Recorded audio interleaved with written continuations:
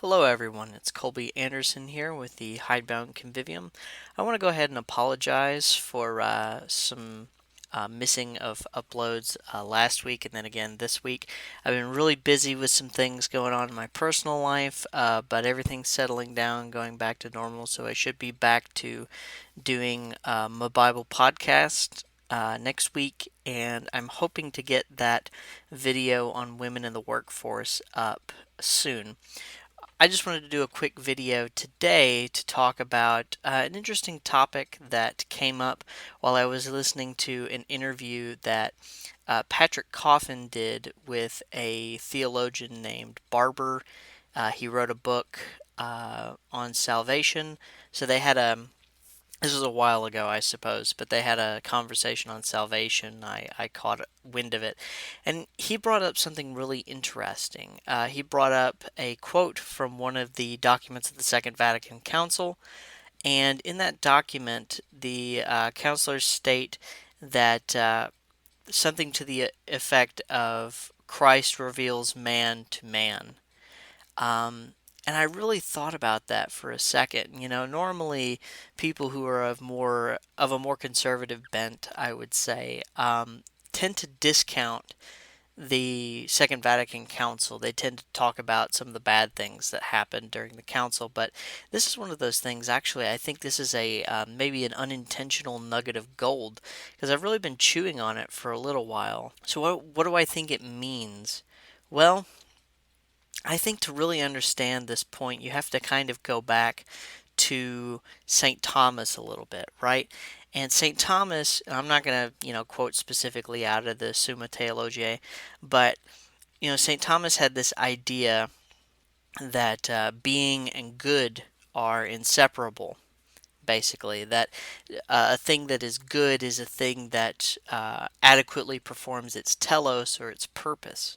That's a very I guess, mediocre layman's understanding of what St. Thomas was getting at. But essentially, a thing is perfect insofar as it fulfills all of the things that are inherent in that being.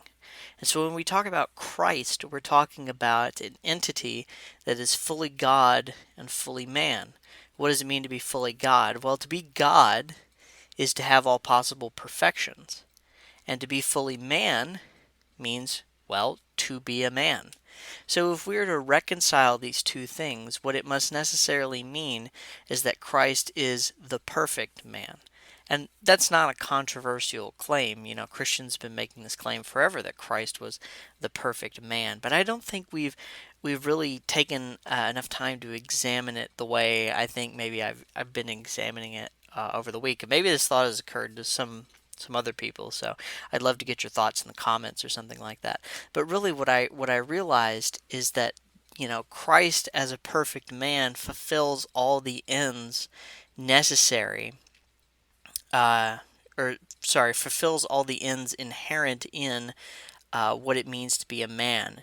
And so to become Christ-like is the same as to become perfected or to um, fulfill one's telos, which is the same as sort of becoming.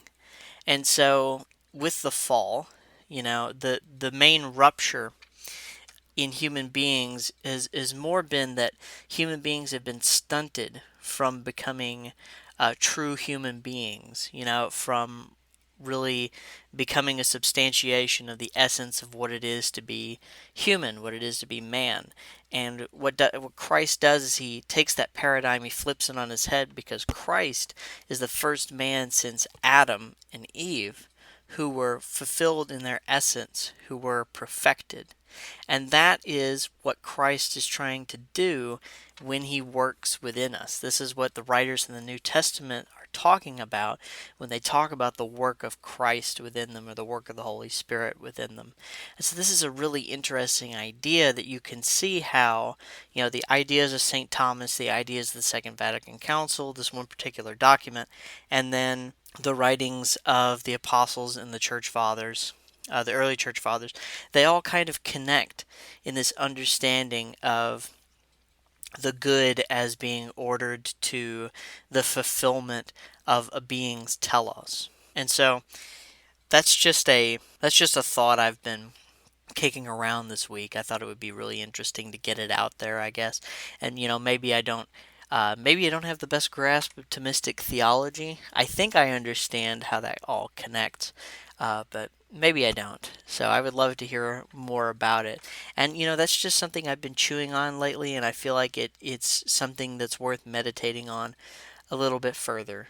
But anyway, for the rest of the channel updates, I'm hoping to get the video on women in the workforce out next week, and I'm also looking to get another episode of my Bible podcast out next week. We're going to be going through the flood, and that's going to be fun.